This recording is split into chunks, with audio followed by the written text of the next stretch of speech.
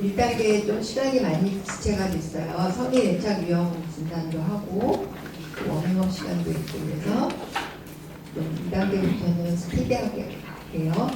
혹시 제가 여러분들이 강의하는 것이 잘 이해가 돼요? 그냥 끄덕끄덕. 잘 이해가 돼요? 잘 알아들을 수 있어야 하면 끄덕끄덕. 혹시 말이 너무 빨라요? 아니면 또 적당해요. 아주 좋아요. 적당하게 표현해 주셔서 아주 좋아요. 우리 1단계에서 뭐라고 했죠? 1단계 첫 번째 요소?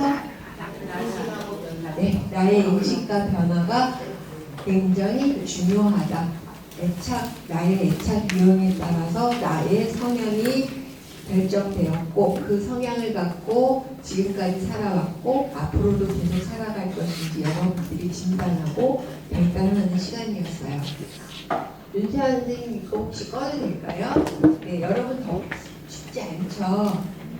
네, 좋습니다. 자, 2단계 볼게요. 2단계는 지지적 관계, 특히 부부관계, 행복한 가정 이것이 2단계이면서 좋은 부모들의 두 번째 요소입니다. 관계 속에 사랑을 실어라. 우리 온몸에 돌고 있는 것이 뭐예요? 혈관이 돌고 있어요. 심장을 통해서. 지금도 여러분들은 심장이 펌프질을 해서 피돌기를 하고 있어요. 거기 한 군데가 막혔어요. 큰일 나요. 큰일 나요. 큰일 나요. 피돌기가 막히면 우리는 큰일 나요. 119로 실려가야 돼요. 뚫어야 돼요. 그게 계속 막히면 우리는 이제 장애가 생기기 시작하는 거예요.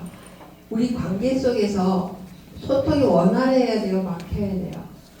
원활해야 돼요. 원활하지 않으면 불통이 되면 행복해요? 불행해요? 불행해요. 특히 부부관계, 특히 부모자식 관계, 특히 어린이집에 와서 선생님과 학교에 가서 선생님과 아이들의 관계, 직장에서의 동료와의 관계, 관계가 행복한지 아닌지는 관계 속에 소통이 잘 되어야 행복합니다. 맞나요? 맞아요. 관계가 그렇게 중요해요. 내가 항상 이렇게 불안과 긴장과 관계가 불통한 가운데 살면서 누군가를 행복하게 해준다? 안 돼요. 여러분들이 먼저 행복하셔야 되는데 관계 속에서 우리는 항상 나의 오름이 있어요. 내가 여태까지 살아오면서 내가 지식 속에서 얻었던 나의 프레임이 있어요. 나의 기준이 있어요. 그걸 갖고 상대방한테 요구하는 순간 그것이 관계를 망칠 수가 있다고 하지 말아야 돼요. 그리고 우리는 뭐를 잘해야 된다? 말을 잘해야 돼요. 말을 통해서 상대방과 연결이 되기도 하고 끊어지기도 해요. 말을 통해서 자존감을 회복시키기도 하고 자존감을 다운시키기도 해요. 그리고 부부라면 이거 잘해야 돼요. 맨 마지막 읽어봐 주세요. 시작.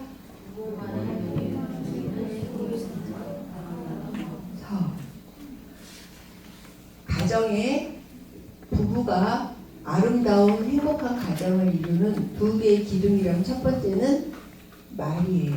말을 서로 부부간에 아름다운 편안한 사랑의 언어를 하는 것. 두 번째가 뭐다? 성이다.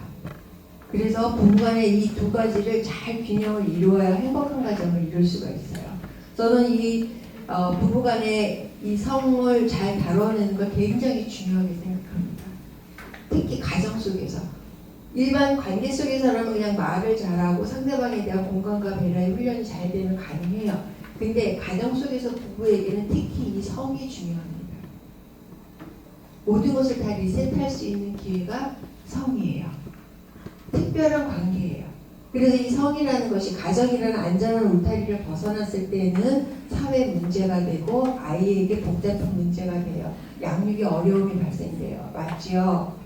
그래서 가정이라는 안전한 울타리 제도 속에서 마음껏 성을 누리면서 그 안에서 부부만의 사랑을 누리면서 자녀를 양육할 수 있는 거예요. 이 부부간의 안정된 가정 속에서 아이를 행복하게 자라는 두 가지. 첫 번째, 언어. 두 번째, 성입니다. 언어 속에서 가까워지는 대화가 있고 멀어지는 대화가 있어요. 이것을 지금부터 한번 살펴볼 건데요. 자, 불안은, 관계 속의 불안은 내용, 문제가 아니라 뭐가 문제다? 말하는 방식이 원인이에요. 똑같은 상황이더라도 상황이지만 그것을 어떻게 표현하느냐에 따라서 상대방한테 어떻게 소통하느냐에 따라서 불화가 되기도 하고 가까워지기도 합니다. 그래서 말을 잘해야 돼요.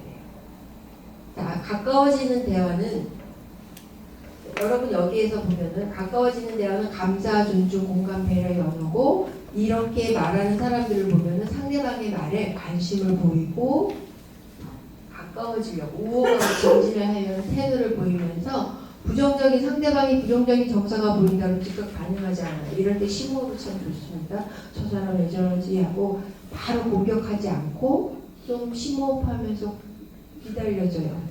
그리고 대화를 유지합니다. 그런 상황에서. 그러면 핑퐁이 돼요. 그런데 멀어지는 대화를 하는 사람은 비난, 경멸, 방어, 담쌓기를 잘 사용해요. 그래서 비웃거나 반박하거나 나의 옳음을 다시 주장하거나 그래서 스트레스가 높아져요.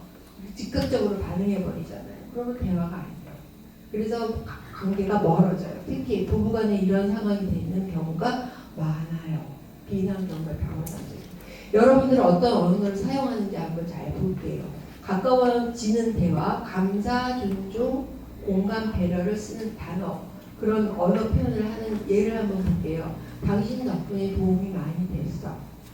고맙다는 표현. 이렇게 신경 써줘서 마음이 따뜻해졌어. 이거는 여러분들 교환에 없어요. 이런 것들이 감사의 표현이죠. 당신 선택을 믿고 지지할게. 내 생각이 궁금해. 어떻게 느껴지는지 말해줄래? 이게 자꾸 저절로 갑니다. 그 다음에 공감. 많이 속상했겠다. 그 상황이 참 어려웠을 것 같아. 내 마음 이해돼. 공감의 표현이죠. 배려의 표현. 도와줄 게 있을까? 필요하면 말해줘. 내 편한 시간에 이야기하자. 감사, 존중, 공감, 배려의 언어를 많이 하면 상대방하고 가까워질 수는 없어요. 그런데 비난, 경멸, 판단과 평가를 자동적으로 하는 사람은 비난으로 갑니다. 판단과 평가가 우리가 자동적인 생각으로 올라오는 우리의 사고가 돼버렸어요. 많은 사람들이. 저도 많이 그랬어요. 근데 판단과 평가 대신에 뭐를 많이 해야 되냐면 퀴즈. 판단과 평가 대신에 뭐를 많이 하면 좋을까요? 최고의 사유의 방식이에요.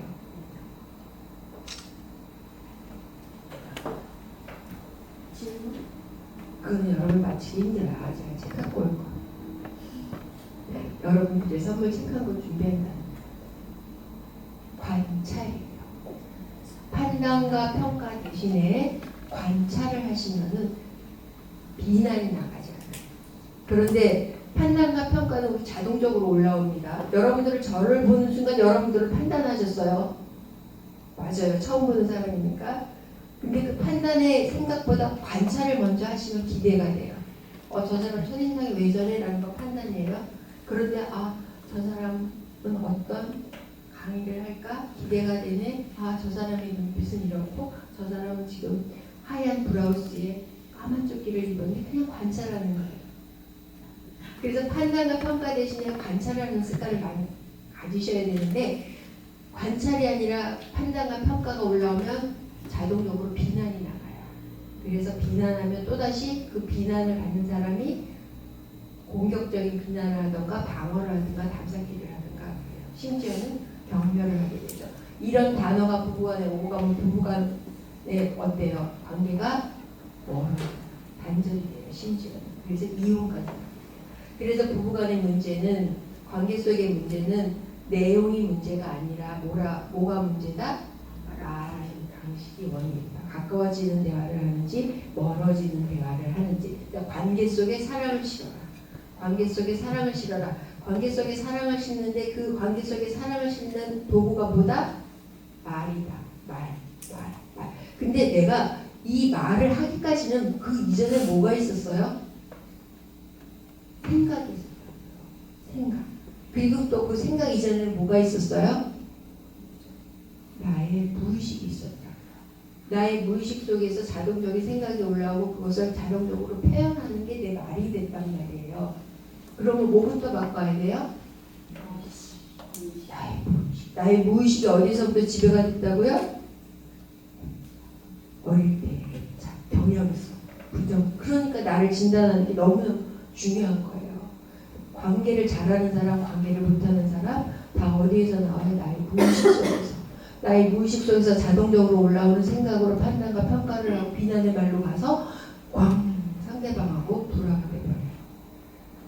그래서 나를 인식하고 변화시키고 나의 말을 예쁘게 바꿔가는 거, 가까워지는 대화를 많이 하는 거, 그것이 두 번째 요소입니다.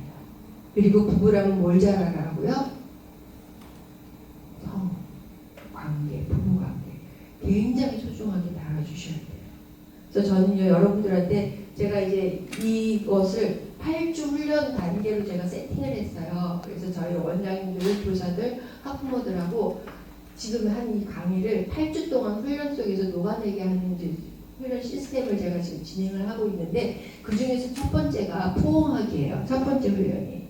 아침에 일어나면은 남편 포옹하고 자녀 포옹하고 어린이집에 가면 선생님 포옹하고 직장 가면 동료 포옹하는 거예요. 포옹은 사랑의 표현의 최고 표현 방법이에요. 우리 아이가 태어났어요. 여러분들 제일 먼저 한 게 뭔지 아세요? 포옹이에요. 사랑하는 연인끼리 너무너무 사랑하면 뭐해요? 포옹이에요. 자, 남북 이산 가족이 헤어졌다가 몇십 년 만에 만났어요. 뭐 하든가요? 포옹이에요. 이거는 본능이에요. 포옹은. 그래서 사랑의 최고 표현 본능이에요. 오랫동안 중환자실에서 장기 입원한 환자들한테 사랑은 굉장히 그를 회복시켜줘요.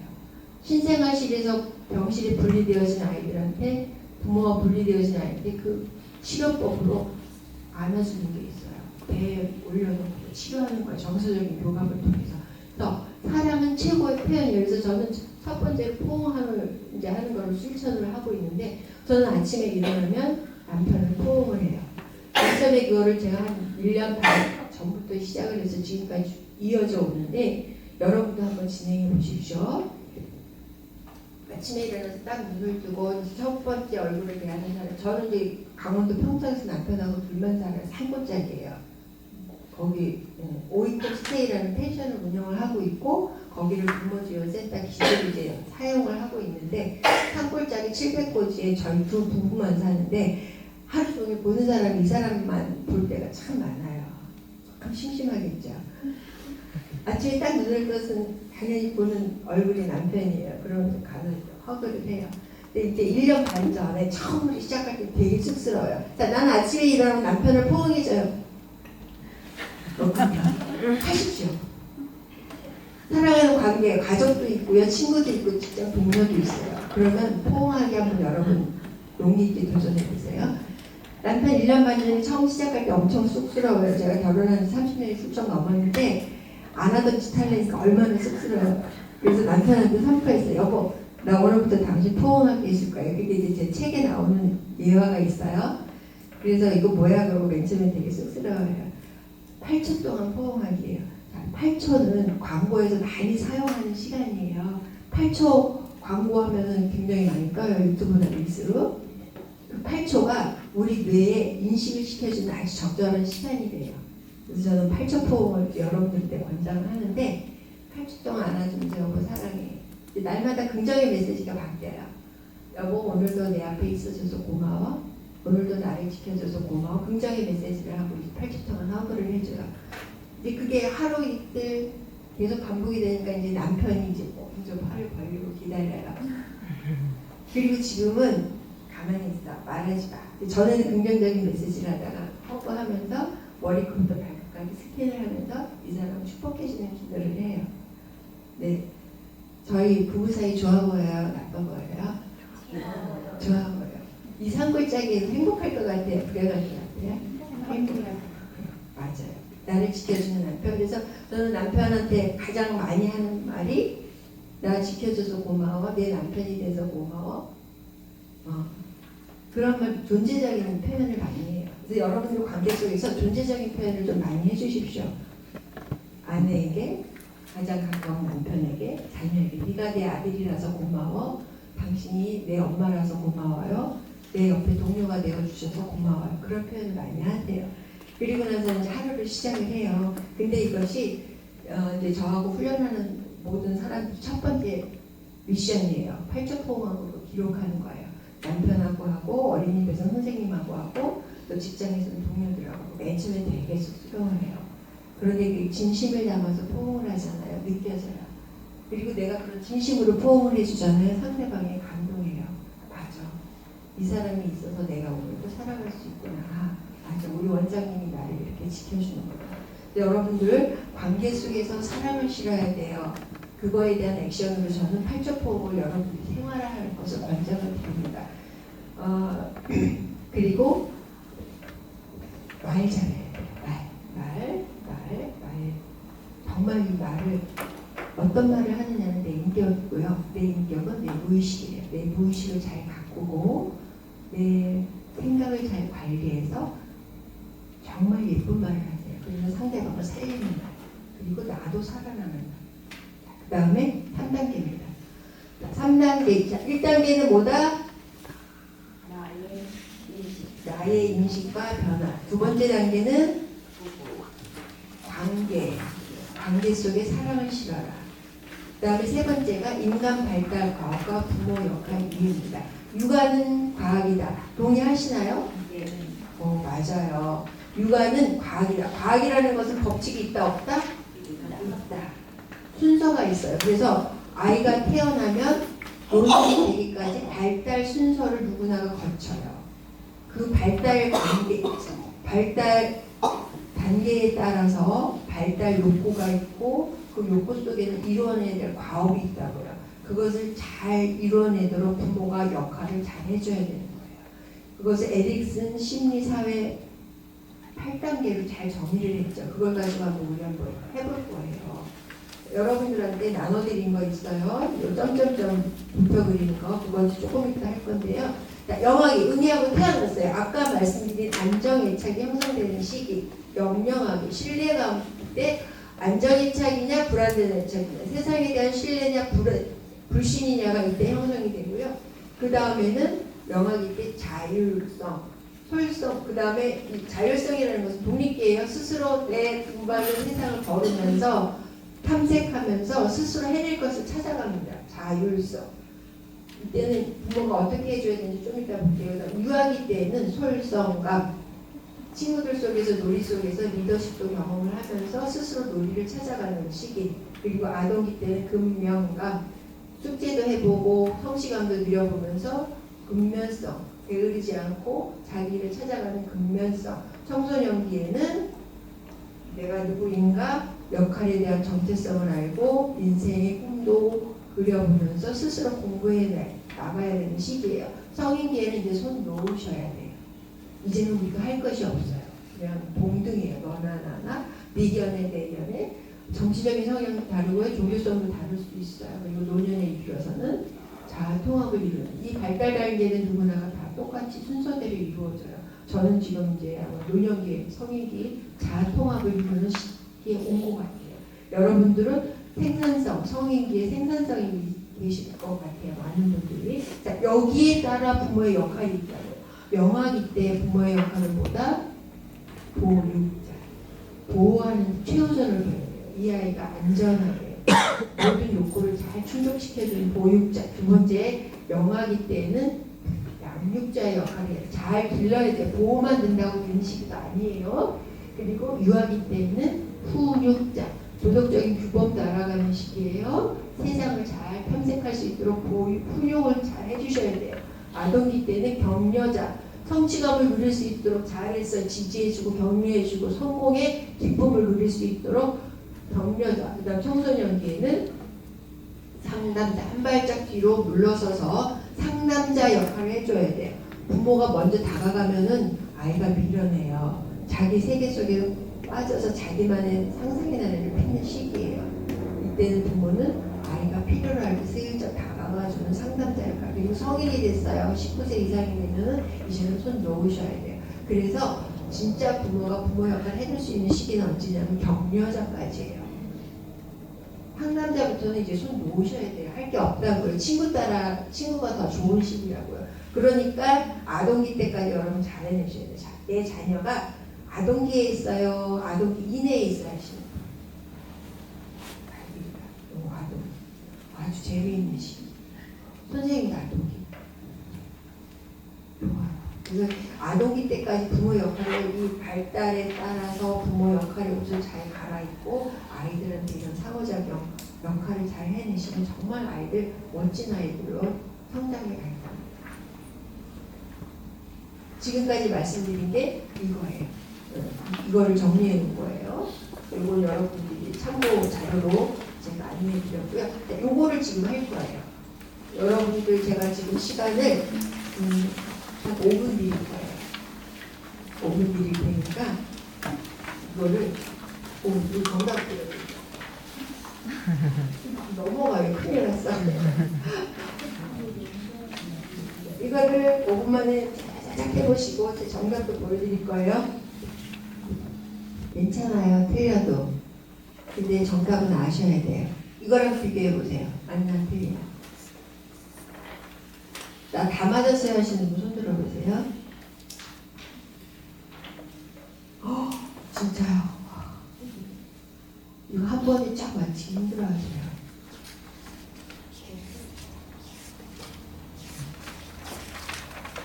틀린 부분은 체크해놨다가 나중에 해보세요. 이거 그냥 사진 찍어버릴까요? 거기 사랑 그림에 있어도 그것도 정답이에요.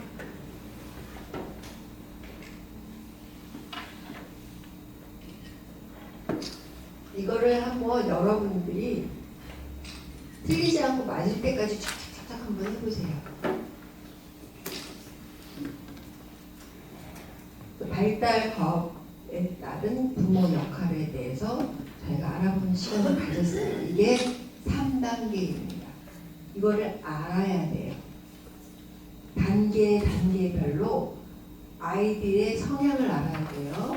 이제 넘길게요. 네? 하셨죠? 여기 강의에서 하셨죠? 맞아요. 중요한 거니까 다뤄줬을 거예요. 자, 우리 선생님 요거 사진 찍으려고 하셨어요? 네? 여러분들이 다 이 과목에 있으셨다니, 내용에 있으셨다니 좋은 일이에요. 이것을 여러분들이 정리하는 시간이다 생각하시고 3단계는 인간 발달 과업을 잘 성취하기 위한 부모 역할을 알아봤어요. 이제 드디어 4단계 자존감을 형성하기예요. 이거는 말자랑이에요. 말자랑. 자존감을 높이는 말이 있고 자존감을 낮추는 말이 있는데 이제는 정서를 잘 다뤄주어야 하는 시대예요.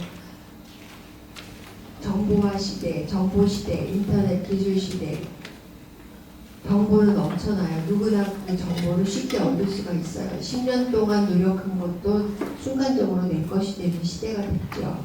이때 우리가 해내야 될 것은 내 안에 많은 정보를 어떻게 처리를 해서 나만의 결과물로 도출해낼 것인가, 창의적인 결과물로 만들어낼 것인가가 이 시대에 우리 아이들한테 요구되어지는 교육인데 그런 아이들로 자라가기 위해서는 기초가 자존감을 잘 형성시켜줘야 되고 자존감은 정서를 다루는 데서 시작이 됩니다. 그래서 자율감과 책임감이 있는 아이로 잘 만들어서 마음 공감 대화로 감정 조절 능력을 잘 키우자. 이것이 4단계예요. 그래서 자존감 형성을 잘 하려면 제가 지금까지 말씀드린 마음 공감을 잘 해줘야 돼요. 정서를 잘 다루어 주어야 돼요. 마음 공감. 누군가 나의 마음을 공감해주면 기분이 좋던가요? 힘들던가요? 좋아요. 누군가 내 마음을 무시하고 나의 자존심을 건드리면 기분이 좋던가요? 나쁘던가요? 그리고 관계가 힘들어져요. 남편이 나의 자존감을 상하게 하는 말을 해요.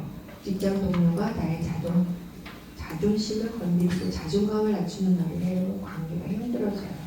그래서 자존감을 잘 형성하게 우리 자녀들을, 이 어린아이들 잘 해주려면 마음 공감을 잘 해줘야 돼요. 하이피너트, 제가 이 마음 공감 대화 정의를 하게 된 기초 이론이 하임기너트의 이론입니다. 그전에는 로저스, 인간 중심 이론, 내감자 중심 이론을 한 로저스가 계셨고, 로저스 선생님이 계셨고, 그 뒤로 하임기너트 뒤로 존 같은 박사가 감정 코칭 5단계를 정리를 하셨어요. 그것을 조벽 교수 최선희 박사가 우리나라의 감정 코칭이라는 책으로 공부를 하셨습니다. 감정 코칭 책 읽어보신 분 없으시군요. 네, 저는 이제 하임기너트의 그 이론에 근거해서 마음 공감 대화라는 또 다른 디파인을 했어요. 감정 코칭이 아니라 맥락은 감정 코칭과 유사합니다. 거의 같다고 해도 틀리지 않은데 맥락은 그런데 저는 다시 마음 공감 대화라는 걸 정의를 했어요. 그러니까 여러분들이 마음 공감 대화하면은 어디서도 들어보지 못한 대화법이긴 하세요. 그래서 감정을 수용하고 행동을 수정하라가 하임기너트 박사님의 우리 부모들에게 말하는 이론입니다. 감정에는 옳고 그름이 있다 없다? 좋고 나쁨이 있다 없다? 없어요. 맞아요. 그 감정은 존중해 줘야 돼요. 화가 나면 화 나요. 슬프면 슬퍼서 울을 수 있어요. 두려움은 두려움을 느낄 수 있어요. 좋고 나쁘고 옳고 그름이 아니에요. 그 감정은 존중해 줘야 돼요. 그러나 화가 난다고 소리를 버럭 질러요. 화가 난다고 물건을 때려요. 사람을 때려요. 물건을 던져요. 그거는 돼야 안 돼요. 처리하는 방식은 그 안에서 바르게 올바르게 선택해서 행동할 수 있도록 도와줘야 돼요. 행동을 수정하는 거예요. 이것이 이제 하임기너트가 감정 조절 능력을 키우는 근간의 이론이 되고 있습니다.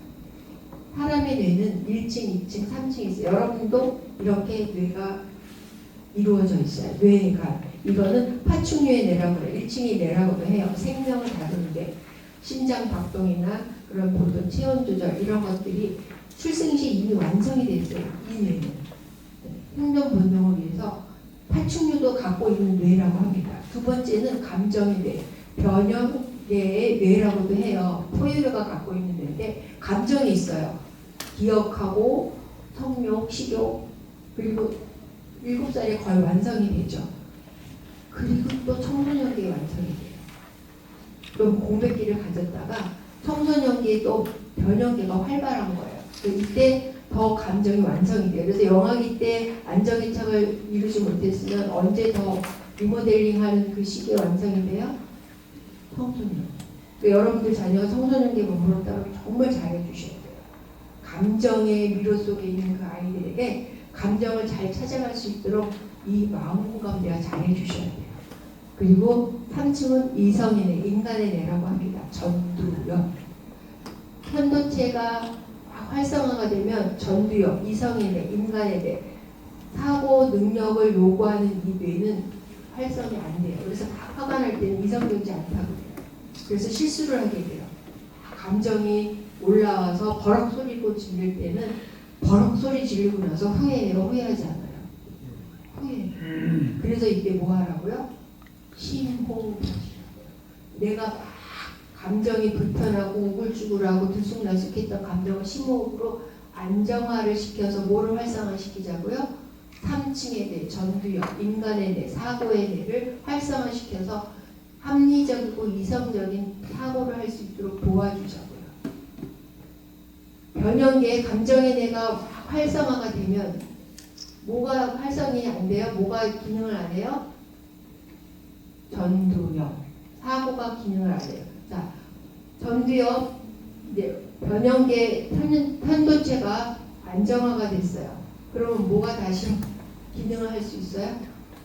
전두엽. 그래서 변형계와 전두엽, 편도체와 변형계 아닌 편도체가 있어요. 그 편도체의 역할이 이제 감정을 다루는 부분이에요. 변형계와 전두엽은 시소가 변형계가 막 활성화가 되면 전두엽은 다운이 돼요. 변형계가 안정화가 되면 비로소 전두엽은 활성화가 돼요. 그래서 이 두 개는 상관관계가 있기 때문에 여러분들이 이걸 잘 다뤄내셔야 돼요. 자, 사람의 뇌는 1층은 무슨 뇌다? 생명의 뇌. 2층 감정의 뇌. 3층 이성의 뇌. 그러니까 감정과 이성을 핑퐁하면서 잘 다뤄내 주셔야 돼요. 그것을 하기 위해서 뭐를 한다? 마음 공감을 활용하자라는 거. 어른이 아이한테 소리치면 아이가 어떻게 반응하냐면요, 스트레스가 올라와요. 그래서 아드레날린 그런 호르몬이 분비가 되면서 시뻘개져요. 화가 나요. 막 도망갈 준비를 해요. 그리고 전두엽 기능이 활성화가 되지 않아서 명료한 사고가 안 되기 때문에 실수해요. 버럭하고 폭력적으로 나가기도 하고 그래요. 두려워서 거짓말을 하기도 하고요. 자기를 보호하려고 방어적인 태세를 갖기도 해요. 그래서 아이들의 문제는 사실 어른들이 그 아이의 욕구를 잘 다뤄내지 못하고 강압적으로 지시하고 명령하고 억압했기 때문에 나올 수 있는 문제가 될 수가 있어요.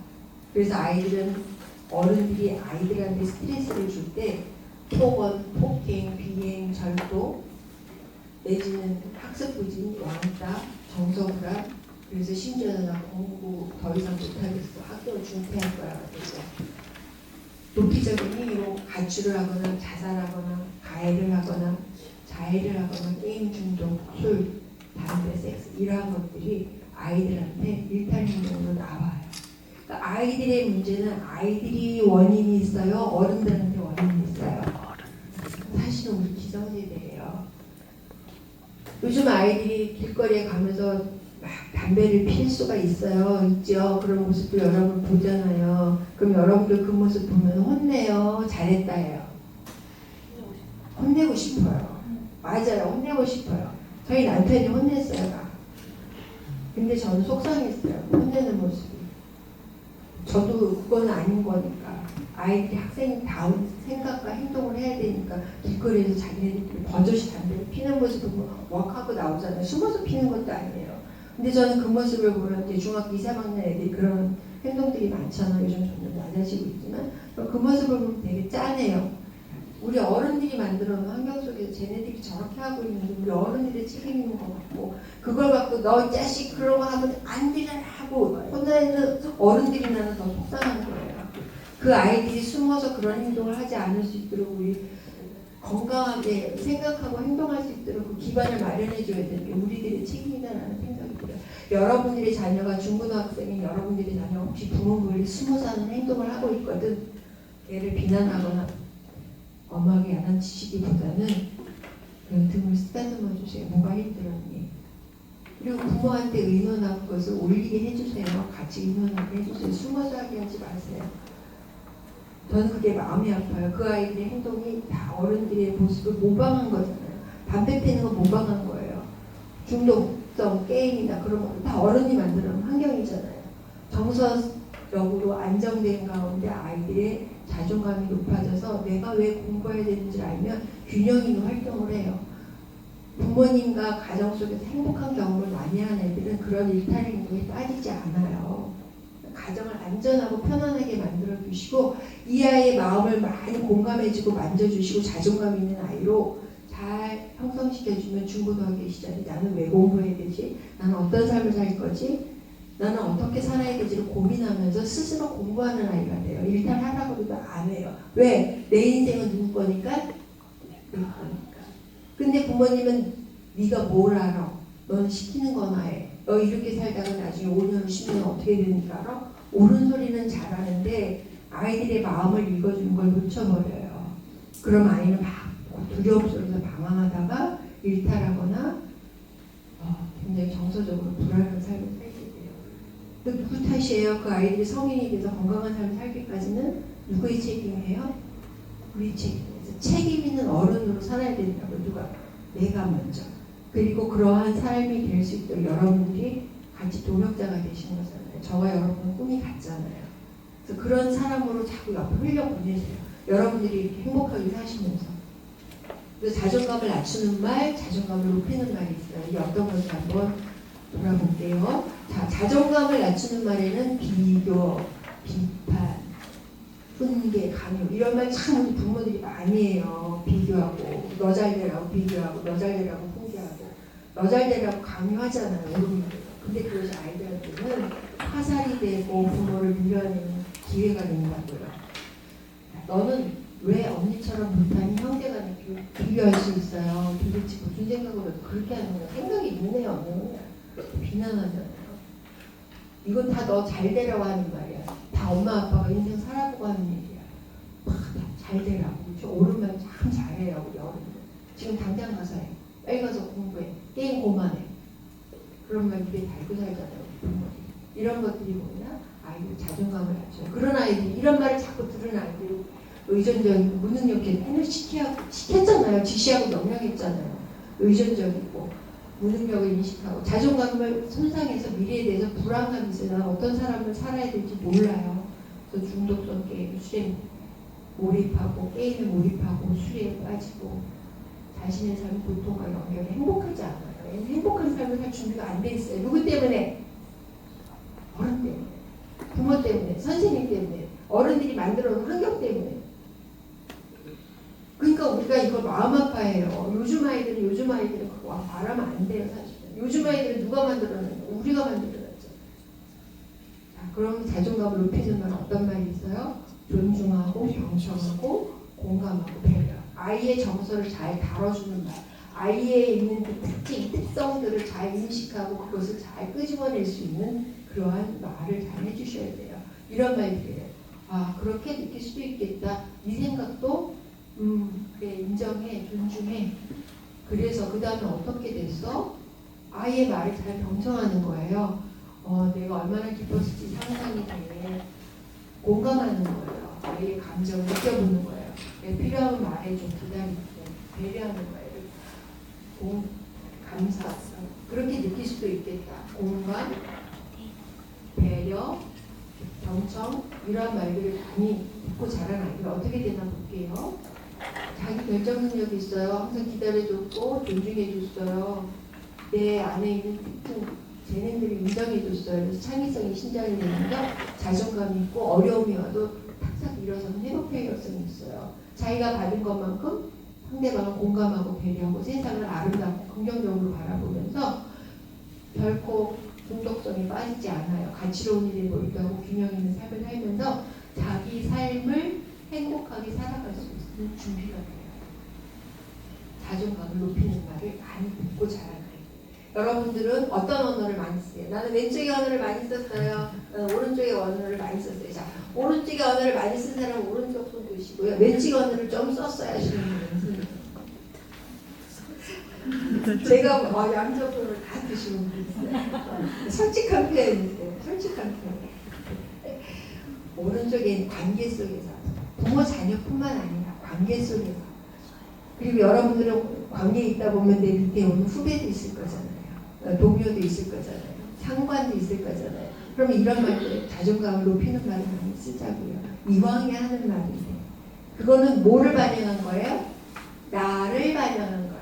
내가 세상을 보는 시각을 반영한 거예요. 그건 내 무의식 속에서 잠재의식 속에서 이미 올라왔다고. 우리 여러분들이 잠재의식을 잘 갖고 와요. 어른들이 오해가 있어요. 이런 이제 시각을 가진 자존감을 낮추는 말을 많이 하는 어른들이 갖고 있는 오해가 있어요. 변덕이 죽을 듯한다. 그렇게 오해를 해요. 아이들이 쟤는 용납할 수 없는 애야. 그리고 어른들을 골탕 먹인다, 부모를 골탕 먹인다라고 오해를 해요. 못 들은 척 한다고, 말 듣고도 못 들은 척 한다고 해요. 근데 아이들 게임을 몰두하고 있으면 못 들어요. 감쪽같이 연기를 하거나 꾀를 부린다고 하죠. 성질 천 나쁘다. 그래서 아이들이 그때는 뇌가 없다라고 해요. 중고등학교 시대는 성질이 나쁘다고 그래요. 겁이 없어, 사고가 삐뚤어져서 사악하다. 맨날 요즘 애들 버리장머리 없어. 그런 말들이 많이 하잖아요. 어른들이 오해해요. 어른들이 오해. 아이들의 발달에 따른 그 특징들을 이해하다 보면 그럴 수 있지. 그럴 때구나. 리모델링 시키거나 공사 중이구나. 기다려줄 수가 있다고요. 자, 유아 사춘기를 알고 대하면 쉽습니다. 뭐가 어렵기 때문에 감정 조절이 다 활성화가 된 시기라서 영유아 사고가 어려운 시기라서 영유아기가 그런 시기구나, 청소년 시기가 그런 시기구나를 알고 대하면 좀 마음이 편해져요. 여러분 병원에 입원해 있는 그 환자한테 너 왜 그래? 너 왜 거기 누워있어? 그러면 말이 돼요? 안 돼요? 안 돼요. 영유아 시기에 막 방황하는 그 시기에 너 왜 그래? 그러면 아이들이 왜라는 다음에 대답할 준비가 안 됐다고. 영유아 사고가 준비가 안 됐어. 전후 상황 맥락이 안 잡혀요. 근데 너 왜 그래? 그런다고. 우리 어른들은. 청소년 시기 아이들한테 내가 어떻게 해야 될지 모르는데 너 도대체 공부 안 하고 왜 그래? 그러면 대답을 못 해요. 그래서 이 아이의 발달 시기의 특성을 알고 대하면 내 마음이 좀 편안해져요. 기다릴 수가 있어요. 인생의 과도기마다 몸살을 해요. 우리 어른도 그렇잖아요. 40대 초반에 되게 몸살을 합니다. 나 40대 초반이에요. 있으시죠 분명히? 50대 초반, 60대 초반, 10대에 들어서 그리고 이제 아이들 두 돌 전후가 되면 막 1차 반항이라고 해요. 1차 사춘기라고 해요. 몸살을 해요. 아이들은 공사 중이라고요. 영유아가 최초 애착성장기고요. 애착성장 이후에 부모가 몰랐어요. 놓쳤어요. 그걸 다시 회복할 수 있는 적기가 청소년기에 있어요. 위기를 기회로 만들 수 있어요. 여러분들 자녀가 청소년기에 있다. 와우. 진짜 기회예요. 격려해 주면서 그 아이를 멋지게 만들 수 있는 기회라고요. 포기가 아니라 포착이에요. 쟤는 왜 저래요? 너네 맨날 게임만 하니 그게 아니에요. 포기가 아니라 기회를 포착해서 게임만 하고 있는 아들 있는 사람. 우리 아들은 그랬어요. 저 3남이거든요. 고등학교 1학년이면 3학년 그랬어요. 연년생 남자애들. 게임 한 번 하면 와, 제가 막 PC방에 가는 막 한 직원을 데리고 왔어요. 그 정도로 힘들었어요. 첫째 아들. 그다음부터는 점점 제가 손을 놨는데 그러니까 손을 놓으니까 애가 더 잘 되더라고요. 여러분들 헬리콥터 맘이 돼요. 첫 번째는요. 자녀 키울 때 제가 첫 아들은 그랬어요. 3남매를 키우면서 우리 선생님 무서 헬리콥터 맘이 되면요. 애들 내시아에서 거기서 못 벗어나니까 애가 뱅글뱅글 돌다가 진짜 자기도 모르고 헤매다가 진짜 그런 사람이 돼요. 그런데 손 놔버리잖아요. 그럼 아이가 활동 능력이 커요. 그래서 자기가 누구인지를 알아가면서 자기의 길을 찾아가요. 그래서 그 셋째 아들이 이제 그런 아이인데 둘째 셋째가 그랬어요. 막내가. 그러니까 첫째 아들은요. 제가 헬리콥터맘으로 PC방에 가면 얘가 학원에서 전화가 와요. 얘가 안 한대요. 어디가 있어요? 뭐 보나마나 PC방이겠지. PC방은 어딘가 있어요. 사진 찍어서 와, 야, 너 뭐 했어? 그래요. 그렇게 제가 헬리콥터맘처럼 아이를 갖다가 시간 내에 있어야 될 것이 없으면 힘들어했다고요. 그런데 그 아이가 과연 내 뜻대로 잘 자랐나요? 지금은 잘 자랐어요. 근데 그 과정이 힘들었단 말이에요. 근데 둘째, 셋째는 점점 나아졌어요. 근데 셋째는 얼마나 걔는 어떻게 할 수가 없는 아이였어요. 부모가 감당할 수 없는 아이였어요. 근데 걔가 지금 뭐가 됐냐면 주얼리 디자이너 세계 탑을 꿈꾸는 아이가 됐어요.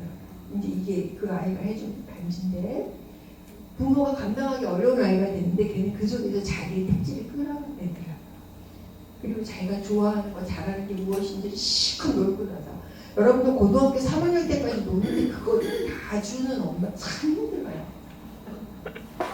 와, 공부 좀 했으면 좋겠는데 고등학교 3학년까지 실컷 놀더라고요.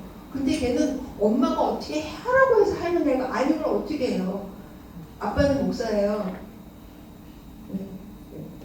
그리고 전 어린이집 원장이었어요. 얼마나 옳은 소리 속에서 교과서처럼 도덕적으로 잘 키웠겠어요. 그런데 걔는 귀엽고 엄마 아빠를 변화시키더라고요. 자기가 끌고 가더라고요.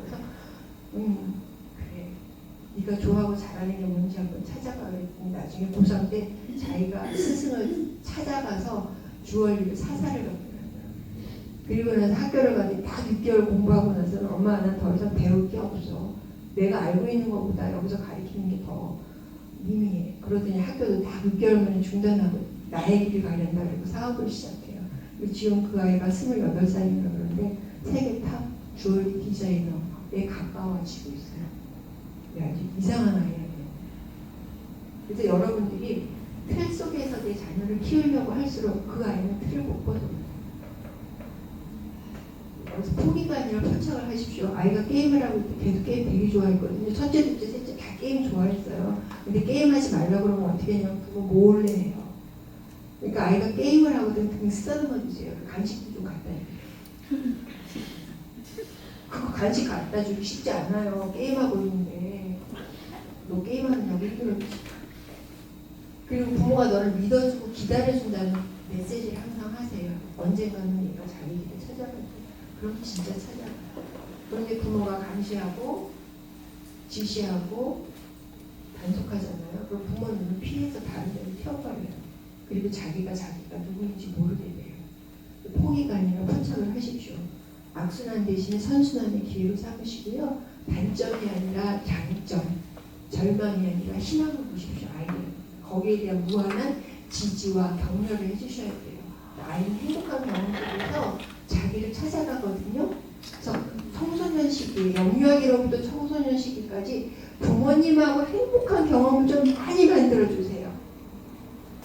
그리고 자라가서 자기가 인생을 돌아볼 때 이럴 때 행복했었지라고 자꾸 그 기억을 끄집어내야 되는데 서운한 일, 고통스러웠던 일, 정말 충격받았던 일 그들만 자꾸 기억해내면서 우리 엄마 아빠는 나를 사랑한 게 아니었네 라고 되뇌이게 하지 마세요. 같이 여행도 가고 또 어떤 그런 역경 그런 기회를 스스로 만들어서 그것을 헤쳐나갈 수 있는 경험도 좀 하게 해주시고 그거를 지지해 주시고 그래서 엄마 아빠가 나를 이렇게 항상 기다려주고 지지해주고 사랑해줬구나를 기억하게 하세요. 나쁜 감정도 무의식 속에 갑니다. 좋은 감정도 무의식 속에 갑니다. 그런데 좋은 기억을 90% 가져야 하니까 그거를 기억해요. 좋은 기억이 90%고 나쁜 기억이 10%면 아이들이 10%를 기억할 확률이 높아요. 그러니까 좋은 기억을 많이 만들어줘야 나쁜 기억 하나 기억할 거를 좋은 기억을 두세 개를 기억해낸다고요. 그러니까 좋은 경험을 많이 만들어주라고요. 그게 아이들한테 자산이라고요. 여러분들이 영유아기와 사춘기를 알고 대하면 아주 쉽습니다. 4단계까지 했어요. 4단계까지. 4단계는 뭐였다? 자존감 형성시키는 시기, 말 잘하자. 그 다음에 5단계가 남았어요. 창의성, 신장, 기다려주기. 창의성이 신장되는 시기, 영유아기, 청소년기. 이때 우리가 부모가 해야 될 것은 기다려주는 거예요. 아이의 능력을 듣고 기다려주는 거. 또 창의성은 AI 시대에 요구되는 문제상인데 이것은 우리가 말을 통해서 아이들에게 기회를 주고 기다려줄 때 그 아이 속에서 창의성을 자라갑니다. 자율감과 책임감 있는 아이로 사고력이 증명되면서 창의적인 아이로 자라갑니다. 그래서 문제 해결력을 경험한 아이들, 엄마 아빠가 선생님이 마음공감 대화를 통해서 기다려주고 인정해주는 그런 자존감을 키워주고 거기에서 사고할 수 있는 기회를 줄 때 문제 해결력을 경험하게 되어 문제 해결력을 1개, 2개 경험하면서 아이는 굉장히 자기가 할 수 있다라는 자율감, 자신감이 자라가면서 책임감 있는 아이로 자라갑니다. 이것을 경험하지 못한 아이들은 의존적이 되고 항상 피동적으로 눈치를 보게 되죠. 창의성을 위해서 부모와 교육자가 할 일을 볼게요. 마음공감 대화와 자존감 높이는 표현을 자주 사용하시고 늘 일상이 돼야 돼요. 마음공감 열린 질문으로 스스로 결론을 내리도록 돕기. 부모가 지시하고 명령하고 판단하고 해결책 주지 마세요. 스스로 열린 질문을 통해서 스스로 사고하도록 그리고 경험의 기회를 통해서 성취감을 느껴보는 것 굉장히 중요합니다. 이렇게 다양한 경험 속에서 자기의 특질을 알아가고 자기의 재능을 알아가요. 그러면서 자기의 진로를 찾아가죠. 일을 시킬 때 특히 청소년 시기 남자아이들은 한 번에 하나만 그리고 어지러운 것도 얘는 그 안에 평안을 누려요. 방청소 안 한다고 물어가지고 그냥 두세요. 무질서 속에 걔네들은 평화를 느끼는 거예요. 정리가 그렇게 걔네들은 중요하지 않아요. 성격적으로 정리 잘하는 아이도 있겠죠. 특히 여자아이들이라면. 그리고 정신적인 충격과 상처로부터 보호해 주어야 할 시기예요. 감정적으로 예민한 시기이기 때문에. 그리고 이러한 것들이 자존감이 있는 아이들은 창의성으로 연결이 되기 때문에 아이들한테 정서적으로 힘든 분, 정신적으로 힘든 분들을 좀 보호해 주셔야 합니다. 어려운 일을 당하는 것이 나쁜 건 아니에요. 그것을 이겨낼 수 있는 보호막이 되어주셔야 된다는 거예요. 새로운 경험에 대한 흡수가 강하므로 건전한 경험과 놀이 지원을 많이 해주세요. 아동기 때 여행도 많이 하고 청소년 시기에 극기훈련도 좀 하고 하면서 경험과 놀이, 행복한 경험, 스스로 놀 수 있는 그런 기회를 많이 주셔야 합니다. 여러분 어른들은 누구나 처음에는 어린이였어요. 맞나요? 여러분도 어린이였죠? 맞아요. 저도 그랬습니다. 그런데 그것을 기억하는 분은 별로 없죠. 지금까지 한 것이 여러분 이제 자녀형 성공을 법칙 5단계인데 여러분들 한번 이 시간 이 페이지 여백에다가 한번 써보세요. 이 페이지가 있든가 없죠 여러분? 있어요. 네, 그러면 여백에다가 한번 어릴 때 부모님이 이렇게 해 주었으면 좋았을 텐데 하고 슬펐던 기억이 있을 수 있어요. 그거를 한 가지만 떠올려서 한번 적어보세요. 서운했던 거, 아팠던 추억, 야단 맞았던 것도 있을 수 있고요. 충격적인 사건도 있을 수 있었고요. 어릴 때.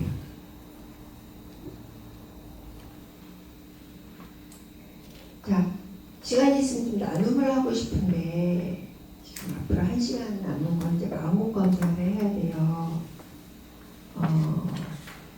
자, 어릴 때 한번 떠오르시나요? 부모님이 이렇게 해줬으면 아쉬운 기억들이? 네, 저도 있어요. 엄마가 이런 말 해줬으면 좋았을까. 이렇게 사무치는 그런 것들이 있거든요. 그러면 그거를 나는 우리 자녀한테 하지 않았나 한번 돌이켜보세요. 나는 우리 자녀한테 내가 받았던 그 아픈 기억을 되돌려주진 않았나. 그래서 우리 자녀들을 볼 때, 우리 어린 세대들을 볼 때, 이 다음 세대들을 볼 때 제가 왜 저러지 하는 그런 시각보다는 내가 제 나이라면 부모가 어떻게 해주길 원할까? 어른들이 어떻게 쟤네들을 인정해줬으면 좋아할까? 하는 생각으로 바꿔보세요. 그래서 여러분들은 항상 어린이였다는 걸 기억하시고 내가 제 나이에 돌아가서 지금의 나를 보면 지금의 어른이 나를 보면 내가 어떻게 해주길 원하지라고 생각하시면 마음 편해지시고 제가 왜 저러지가 아니에요. 자녀 양육 성공 법칙 5단계를 살폈어요. 좋은 부모 5가지 요건이죠. 나는 누구인가. 자, 여러분 같이 한번 읽어볼까요? 시작. 1단계 2단계 3단계 인간 발달과학과 부모 역할을 이해 4단계 자존감 형성 돕기 5단계 창의성 발현 돕기. 네, 그렇습니다. 그래서 이 1단계부터 3단계까지 잘 해야 뭐를 잘할 수 있냐면 4단계, 5단계를 잘할 수 있어요.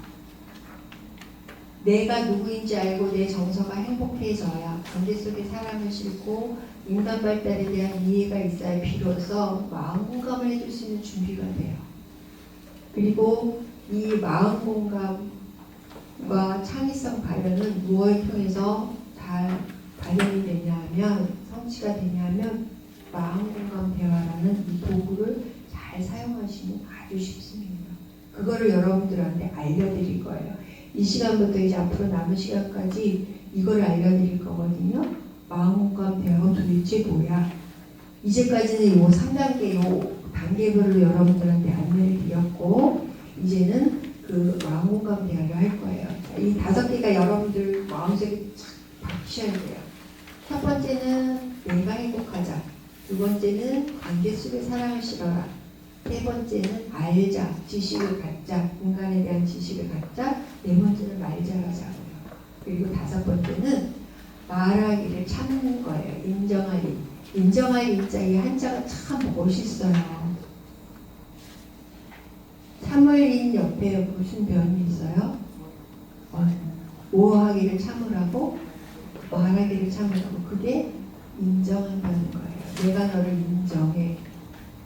내가 말하고 싶은 걸 참는 게 인정이에요. 그럴 때 우리 아이 속에 뭐가 자란다? 창의성이 자란다. 비로소 그 아이 속에 있는 형질이 끄집어내질 수 있다. 내가 계속 말하면 아이는 자기가 누구인지 몰라요. 지시하고 명령하고 재판해주고 방법을 제시해주고 그러면 아이는 자기 속에 있는 능력을 발현할 기회가 없어요. 그래서 마음공감 대화를 통해서 자존감을 키워주고 열린 질문을 통해서 아이의 창의성 사회성을 끄집어낼 수 있는 기회를 주실 때 아이는 잘 자라갑니다. 자, 우리 지금까지 한 거예요. 요 방법은 여러분들이 말하세요. 제가 1단계 하면 잘요. 1단계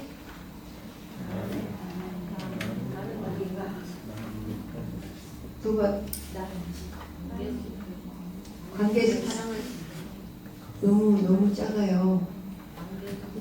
시작. 2단계 3단계